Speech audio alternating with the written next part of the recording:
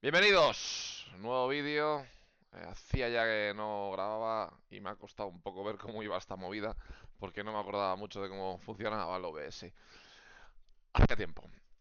Vamos a hacer un brevísimo repaso de dos conceptos que me habéis pedido en clase. Vamos a hablar de nutrición y metabolismo, alguna diferencia, y luego vamos a ciclo celular, interfase y la división celular, mitosis y meiosis, ¿vale? Bueno, lo primero que tenemos que aclarar son unos conceptos previos para los cuales tenemos estas diapositivas, que voy a poner como presentación, que será mejor siempre, desde la actual. Vale. En el que, bueno, pues como veis, pues nos habla de nutrición y metabolismo. Lo primero sería diferenciar alimentación de nutrición, como mucha gente lo utiliza de manera inequívoca y es un error. Alimentación es, de manera muy simplificada, la acción de comer, ¿no? Nos alimentamos cuando comemos, ¿vale? Por lo tanto, en el caso, por ejemplo, de los animales, requiere de un aparato digestivo para digerir los alimentos, transformarlos en nutrientes y absorberlos. Eh, de manera muy simple, y aunque no es del todo correcto, pues si no hay boca, no hay alimentación, ¿no? Muy simple y bastante incorrecta, ¿no? Hay algunos animales que no tienen lo que es una estructura de boca en sí que se alimentan, pero bueno, es una manera de entenderlo, ¿no? Mientras que nutrición es un concepto biológico mucho más amplio porque es una de las funciones vitales que todos los seres vivos tienen que cumplir. Básicamente la nutrición es la obtención de materia y energía a partir de los nutrientes y luego la eliminación de las sustancias generadas por el proceso de metabolismo que aplicaremos después. Por tanto, nutrición y metabolismo son dos conceptos que hay que diferenciar. Nutrición, básicamente, obtención de materia y energía.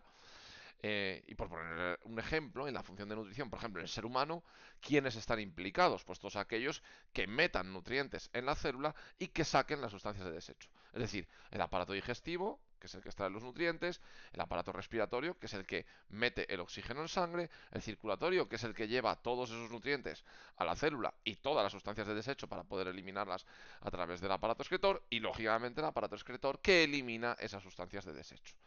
Cuatro aparatos para cumplir una función. Evidentemente, en una bacteria, en un protozoo, todo esto es mucho más sencillo porque ocurre a nivel unicelular, al no tener aparatos, ¿vale?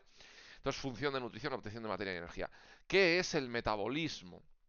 El metabolismo es, una vez que esos nutrientes están dentro de la célula, ¿qué hace la célula con ellos? Pues todo esto puede hacer, ¿no?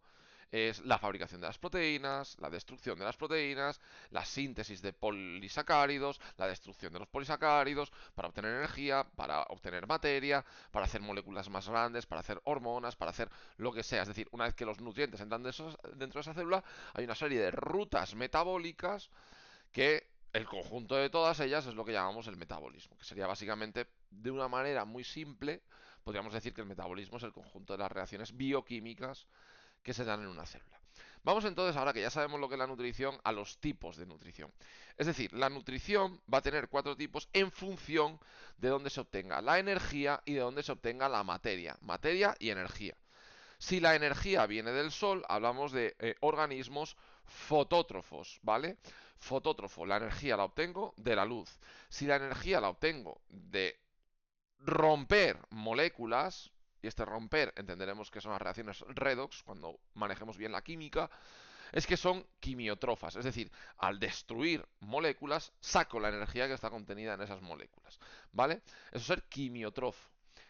Y dependiendo de dónde tenga la materia orgánica, la fuente de carbono, si el carbono es de fuente inorgánica o CO2, tenemos lo que llamamos los autótrofos, que son capaces de transformar la materia inorgánica en orgánica, y los quimiótrofos, que no son capaces de hacer eso y por lo tanto tienen que tomarla directamente de otros seres vivos. Es decir, lo tienen que consumir. Por lo tanto, son heterótrofos. Viene de otro heterótrofo, ¿vale? Y combinando estos cuatro términos tenemos los cuatro tipos de nutrición que existen. Los primeros, los fotoautótrofos. Foto, energía lumínica. Auto, que obtienen, que a partir de la materia inorgánica sintetizan materia orgánica. Y aquí tenemos claramente a las plantas, a las algas, unicelulares y pluricelulares, a las bacterias fotosintéticas, y dentro de las bacterias hay unas, las cianobacterias, que hemos hablado ya mucho de ellas, que están dentro de este tipo de nutrición, ¿vale? Básicamente las plantas y, digamos, esos seres vivos, digo las plantas siempre primero porque es lo que mejor conocemos, ¿no? Y todo aquello que nutritivamente se comporta como plantas, ¿vale? Ahí lo tenemos, básicamente lo que llamamos normalmente los productores, ¿no? En ecología. Vale. Luego me voy a ir a los quimioheterótrofos porque son los más sencillos de entender, que somos nosotros los animales, porque obtenemos la materia de lo que comemos, ¿no? Seres vivos, siempre, lógicamente. Sea una planta, sea un hongo o sea un animal. Y la energía la sacamos también de esa materia que estamos consumiendo. Es decir, tanto la materia como la energía vienen de lo que comemos, ¿no?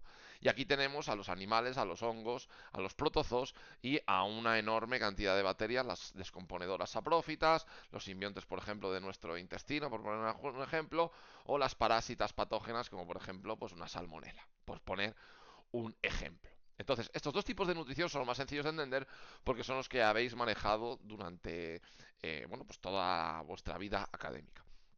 Luego tenemos a los quimioautótrofos, que son aquellos que obtienen la energía de reacciones redox, pero el carbono es de fuente inorgánica, es decir, utilizan CO2 para fabricar, por ejemplo, los glúcidos, por poner un ejemplo.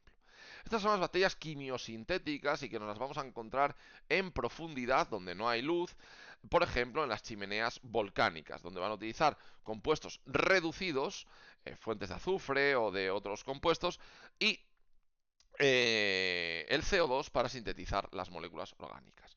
Son bacterias muy interesantes desde el punto de vista evolutivo. Y luego, por último, tenemos a los fotoheterótrofos, donde están las bacterias purpúreas no sulfúreas, que probablemente sean la nutrición, digamos, más extraña, porque utilizan como fuente energética la luz, pero la materia la extraen de materia orgánica en descomposición. Lo que llama un poco la atención es que no utilicen directamente esa materia para generar la energía y utilicen la energía solar. Esto es bastante complicado, lo vamos a dejar ahí como una especie de, digamos, excepción. Y luego ya en el segundo de bachillerato, cuando se trabajan estos contenidos más desarrollados, pues explicamos un poco las reacciones, de dónde vienen y cómo funcionan, ¿vale? Lo dejamos ahí, este cuadro es muy muy importante para entender la función de nutrición. Dentro del metabolismo, como habíamos dicho, eran todas las reacciones bioquímicas que tiene la célula. Eh, Dentro de estas reacciones podemos hablar de reacciones de síntesis, de construcción, que son las reacciones de anabolismo, y las reacciones de destrucción o de catabolismo, en las que las moléculas grandes se destruyen en moléculas pequeñas. Esto es una especie de, digamos, de balance o de equilibrio dentro de una célula en el que, dependiendo de la situación, eh, una célula va a tender a construir cosas, a anabolizar o a destruir cosas si requiere energía. Por lo tanto, básicamente, y de manera, aunque no sea del todo cierto lo que voy a decir, pero nos da un esquema general bastante importante, las reacciones de anabolismo son aquellas que requieren de energía para construir moléculas grandes. Un ejemplo muy sencillo es cuando yo tengo mucha glucosa en sangre y reduzco esos niveles de glucosa en sangre porque he comido y estoy descansando, voy a sintetizar glucógeno, que es el almacén de la glucosa. Entonces esa glucosa se va a unir, ramificándose, formando una molécula gigantesca, como es el glucógeno, que es un polímero de muchas glucosas, ¿no? Entonces estoy sintetizando un almacén, por lo tanto estoy gastando energía en reponer el almacén de glucógeno si es que lo tenía, digamos, reducido por haber hecho una actividad física o un ayuno, ¿vale?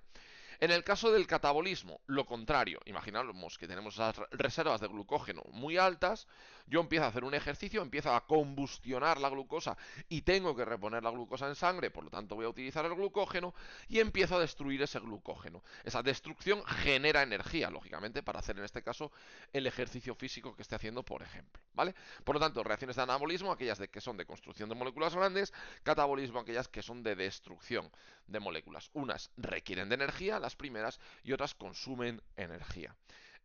Si vamos por aquí, evidentemente no hay que saberse esto, vamos a encontrar que hay un montón de reacciones, por ejemplo, de catabolismo. Por ejemplo, aquí está contenida la glucólisis, donde tenemos de glucosa a piruvato, que es una reacción que genera energía y por lo tanto es una reacción catabólica, pero tenemos reacciones anabólicas, como por ejemplo mismamente la glucosa que se transforma en glucógeno, la síntesis de algunas proteínas que tenemos por ahí, también la obtención de energía, la destrucción de las proteínas sería una reacción de catabolismo, la síntesis de triglicéridos sería una síntesis de anabolismo porque requiere energía. La pista es fijarnos pues en las moléculas energéticas como el ATP, pues donde veamos que necesita ATP va a ser de catabolismo, donde veamos que, perdón, que necesita ATP son de anabolismo, sorry, y las que generan ATP son de catabolismo, ¿vale? Genera energía, catabolismo, requiere energía, anabolismo.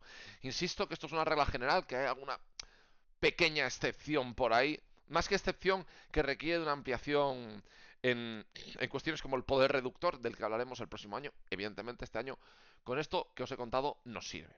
Bien, algunas reacciones de catabolismo ya las hemos comentado: la glucólisis, la respiración celular o la fermentación, rendimientos energéticos diferentes. Os hablé también un poquito de en qué seres vivos, por ejemplo, la respiración celular en animales, fundamental, pero también fermentamos en el caso de que no haya la vía oxidativa, la vía del oxígeno, esté saturada, las mitocondrias ya no pueden más, empezamos a fermentar para sacar un rendimiento energético que es casi 20 veces menor. La fermentación es un proceso biológico fundamental, por ejemplo, en levaduras para fabricar pan, vino o cerveza, o en algunas bacterias, por ejemplo, para fabricar vinagre, queso, yogur, ¿vale? Pero bueno, es una vía, digamos, alternativa en animales para obtener energía, pero como veis, a un rendimiento mucho menor. Aquí es cuando ya llega la fatiga muscular y evidentemente llega un momento en el que esta génesis de energía no es la suficiente para seguir haciendo el ejercicio que estamos haciendo. Por ejemplo, salimos a correr, empezamos a la vía fermentativa y bueno, hasta luego, porque la fatiga ya no vas a poder más, ¿no? Luego está hay un poco la leyenda urbana de la acumulación de ácido láctico, que quiera que se la crea, pero vamos. Eh, Abriría para mucho debate, ¿eh? ¿Cuál es la causa de las agujetas? Bien, y no es tema de lo que estamos hablando. Ahora, anabolismo, pues el ejemplo típico, la fotosíntesis, donde a través de la energía solar se generan moléculas grandes, dos moléculas pequeñas dan una molécula grande, que luego a su vez va a generar moléculas aún mayores, y la glucogenogénesis, que hemos hablado, aquí habla de glucogénesis, eh, cuidado con esto, pero bueno, simplemente la síntesis de glucógeno a partir de glucosa que requiere ATP, por lo tanto requiere energía y es una vía anabólica, ¿vale? Bueno, me salto el paso de relación celular porque como ya os he dicho, lo vamos a ver luego reino por reino y ser vivo por ser vivo. Entonces, bueno, simplemente que sepáis que, ya lo sabéis, que la relación celular es la función vital que permite a los seres vivos captar estímulos, reaccionar a ellos, ¿no? Y eso, básicamente captar los estímulos y reaccionar a ellos. Vamos con la reproducción celular, que esto sí que es pregunta muy de examen, tanto en primer bachillerato como en segundo, también en cuarto de la ESO, y una de estas cosas centrales que en biología hay que saber dominar. Vale, básicamente la reproducción celular es un proceso biológico por el cual a partir de una célula se obtienen dos o más células, ¿no? Fundamental para el mantenimiento de la vida, evidentemente. Bueno, aquí tenemos un proceso de mitosis muy simplificado, en el que, bueno, vamos a trabajar una serie de conceptos. Aquí vemos dos cromosomas, el rojo y el azul, con una cromátida cada uno, es decir, aquí hay una información genética, aquí hay otra, y cuando se replique durante la interfase, la fase S concretamente, seguimos teniendo dos cromosomas, lo que pasa que con la información replicada en dos cromátidas. Es decir, la información que yo tengo contenida en esta cromátida será exactamente igual que la que tiene esta, y la información contenida en esta cromátida será exactamente igual que esta. Resumimos, he pasado de dos cromosomas con una cromátida cada uno a dos cromosomas con dos cromátidas cada uno. Y aunque el material genético sea duplicado o replicado, la información genética es la misma, porque está dos veces, dice lo mismo, pero por lo tanto dice lo mismo. Si yo un mensaje te lo repito dos veces, no te estoy diciendo nada nuevo, te estoy diciendo lo mismo dos veces, ¿no? Vale, bueno, y aquí viene simplificada una metafase con una anafase en la que se dividen por las cromátidas estos cromosomas y obtenemos lo mismo, cromosomas con las mismas cromátidas, es decir, partimos de una célula y obtenemos dos células idénticas, ¿vale? Esto sería la finalidad de la mitosis. Vamos a hablar un poquito de la interfase, muy sencillo. La interfase es lo que ocurre entre dos divisiones celulares y en la interfase lo que tenemos es la fase G1 de crecimiento celular, es decir, después de una división las células son muy pequeñas y tienen que crecer. Básicamente será esa fase en la que la célula crece y realiza sus funciones vitales, por lo tanto están activadas, por ejemplo, la transcripción y la traducción de lo que habíamos hablado en genética, ¿no? La producción de proteínas, en el caso, por ejemplo, vamos a decir, de una célula del páncreas, pues la producción de insulina. En el caso, por ejemplo, de una célula del eje adenohipofisario, pues la producción de hormona del crecimiento, por ejemplo, ¿vale? Es decir, es cuando la célula está en su momento de hacer las funciones que no sean dividirse, ¿vale? Luego, a partir de aquí, entra en fase S, que es la fase de síntesis de ADN, la replicación que acabamos de decir, para que se conserve el material genético después de la división celular, y también la síntesis de aquellos orgánulos para que luego las nuevas células tengan orgánulos, porque si no, cada vez que se divide iríamos perdiendo orgánulos, eso no es posible. Una vez que llegamos a la fase G2, es una fase de un punto de no retorno, en el que ya claramente la célula entra en división, y muchas de las cosas que contaremos en profase se solapan con la fase G2, es decir, la desaparición de la envoltura nuclear, los cromosomas empiezan a ser visibles, el superenrollamiento del ADN del que voy a hablar aquí, ¿vale? Es decir, el ADN normalmente en la fase, digamos, de crecimiento celular va a estar los cromosomas en forma de cromatina. ¿Esto qué es? Que los cromosomas están descondensados, ¿vale? Están de tal manera que están en esta forma de aquí, ¿no? El ADN está unido a las histonas, formando el collar de cuentas o collar de perlas, ¿vale? El rosario este que contábamos con el que se rezaba, ¿no?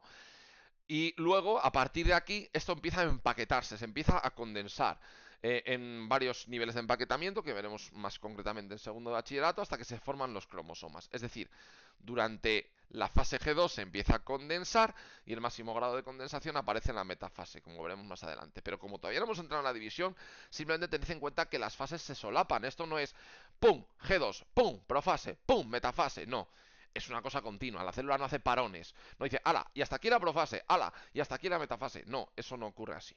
¿Vale? Bueno, ya hemos explicado el grado de empaquetamiento. Vamos un poquito con ya la mitosis. ¿Qué es la mitosis? Es un proceso de división celular por el cual a partir de una célula se obtienen dos células idénticas, ¿vale? Esto, funciones vitales en seres unicelulares, pues la reproducción celular, y en seres pluricelulares, pues el crecimiento de los tejidos, la reparación, la renovación, etcétera, etcétera. Eh, en el caso de que sea una célula diploide, diploide, es decir, 2N, lo que obtengo al final son dos células 2N. En el caso de una célula haploide, por mitosis voy a obtener dos células haploides. Es decir, la dotación cromosómica de la célula inicial y de las células finales será lo mismo. Si parto de una célula con 46 cromosomas, por ejemplo, obtendré 46 cromosomas al final. ¿Vale? Bueno, vamos con las fases muy por encima. Profase. Básicamente me interesan tres cosas. Va desapareciendo o continúa desapareciendo la envoltura nuclear, los cromosomas ya son visibles al microscopio y los centroliolos o centrosomas van a empezar a migrar hacia los polos formando el uso acromático que aparecería ya completamente formado en la metafase.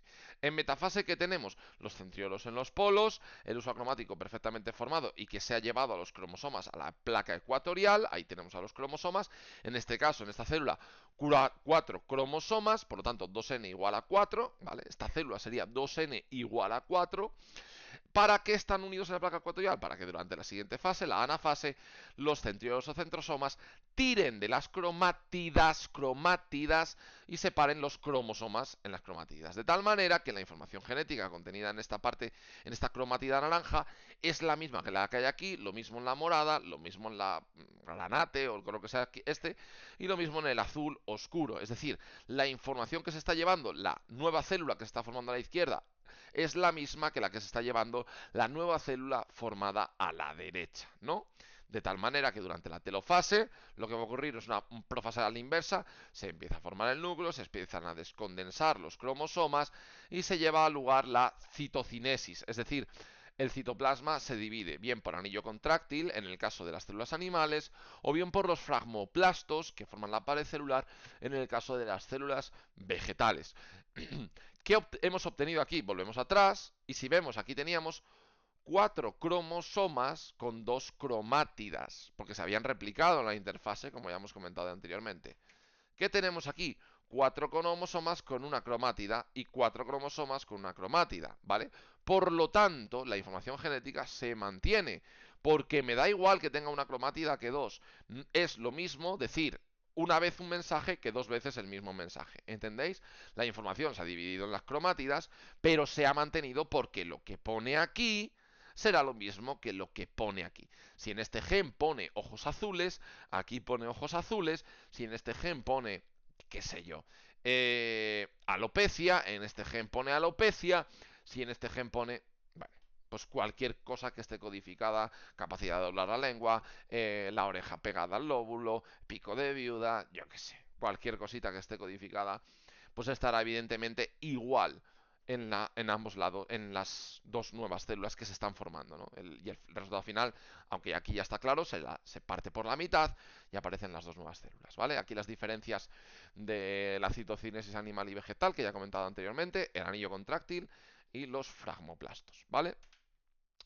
Y vamos con la meiosis, un proceso un poquito más complejo, finalidad biológica, a partir de una célula diploide, generar cuatro células haploides, en el caso del ser humano, a partir de una célula con 46 cromosomas, generar cuatro células con 23 cromosomas, por ejemplo los espermatozoides o los óvulos, veremos que en el caso del óvulo en realidad lo que se genera es solo uno, lo contamos más adelante. ¿Por qué?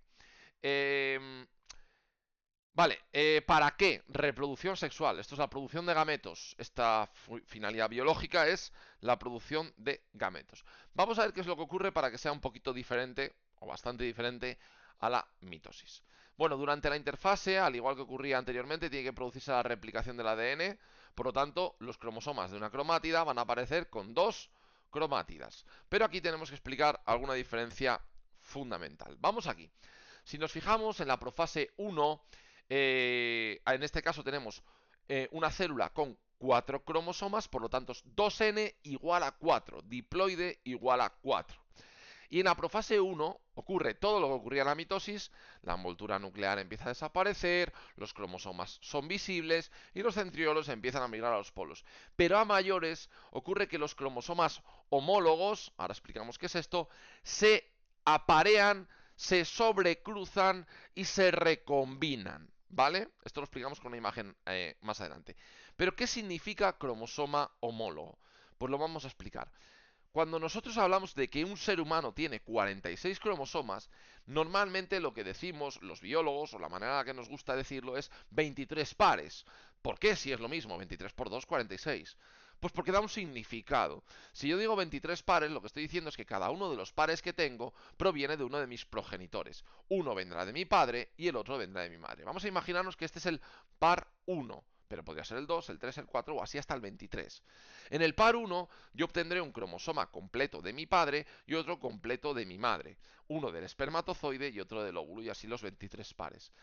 Lo que pasa es que aquí la información que evidentemente viene de mi padre no va a coincidir con la de mi madre. Puede que algunos genes concretos sean idénticos, pero probablemente, bueno, probablemente no, seguro, muchos van a ser diferentes, ¿vale?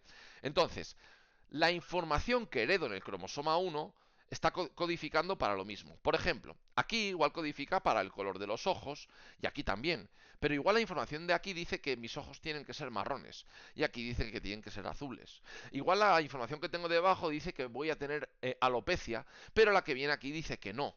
Igual la que dice aquí dice que voy a tener canas desde muy joven, y la que viene aquí, en mi caso, también, ¿no? Quiero decir, la información que codifican es para la misma información, pero no tiene que coincidir lo que dice exactamente. ¿Me explico? Porque una viene de mi padre, otra viene de mi madre. Por lo tanto, cada uno de los pares viene de uno de los progenitores en la reproducción sexual, ¿vale?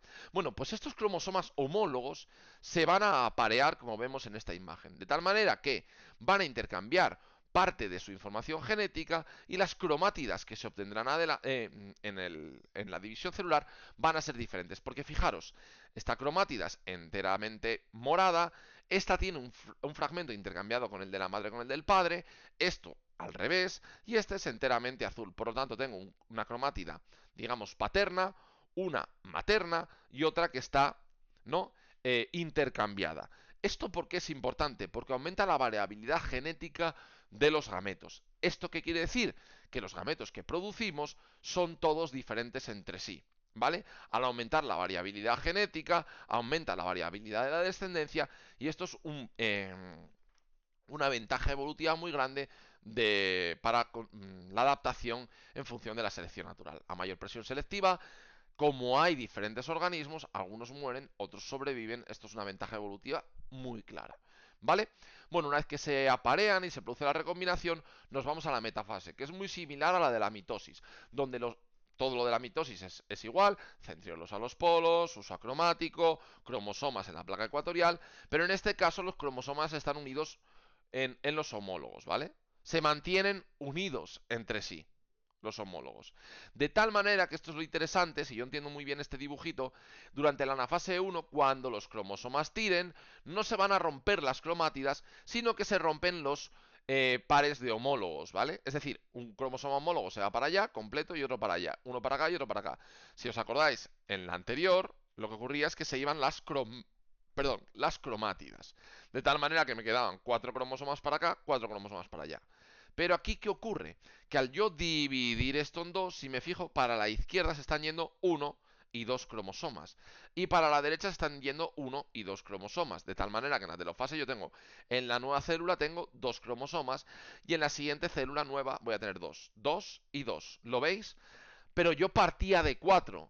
Por lo tanto, ya se ha producido la reducción cromosómica. Es decir, tenía 4 cromosomas y en cada célula ahora tengo 2. Fijaros, que tenía 46 en la célula mía y en el espermatozoide tengo 23. Es decir, en esta primera meiosis se ha producido la reducción cromosómica de diploide 46 a haploide 23, o en el caso del dibujo que estamos viendo, de diploide 4 a haploides 2 y 2. ¿Vale? ¿Entendido? Y además con información genética, como veis por los colores, totalmente diferente. Lo que ocurre a partir de aquí es una mitosis completamente igual. Fijaros, desaparece la envoltura nuclear, cromosomas visibles, centriolos a los polos, se distribuyen en la placa ecuatorial, tira de ellos, se separan las cromátidas, y ahora entonces fijaros, se separan las cromátidas, por lo que, fijaros, yo aquí tenía 2 cromosomas con 2 cromátidas, y yo aquí tengo 2 cromosomas con una cromátida, pero ¿qué hemos dicho antes? Que lo que me importa son el número de cromosomas, no si tienen 2 cromátidas o no, porque la información que tenemos a un lado y a otro codifican para lo mismo, ¿no? Entonces, lo que yo tengo es que cuando esto se termine de dividir, fijaros, paso de 2 cromosomas a 2 cromosomas, de 2 cromosomas a 2 cromosomas, de 2 a 2 y de 2 a 2. Es decir, aquí se ha mantenido la dotación cromosómica, ¿no? ¿Veis? Lo único que en vez de tener 2 cromátidas, como ocurría en la mitosis, tengo una cromátida en cada cromosoma. Pero eso me da igual porque, como sabéis, cuando tengo un cromosoma con 2 cromátidas, tengo la información repetida. Y fijaros, lo que he obtenido aquí son gametos todos totalmente diferentes. Lo que comentábamos durante la profase 1 de la variabilidad genética, ¿vale? Por lo tanto, muy importante entender bien la meiosis 1 y la meiosis 2, ¿vale? Recordad que siempre que hablamos de profase meiótica tenemos que poner el numerito romano de si es en la fase 1 o en la 2, profase 1, metafase 1, anafase 1, telofase 1 y profase 2, metafase 2, anafase 2 y telofase 2, ¿vale?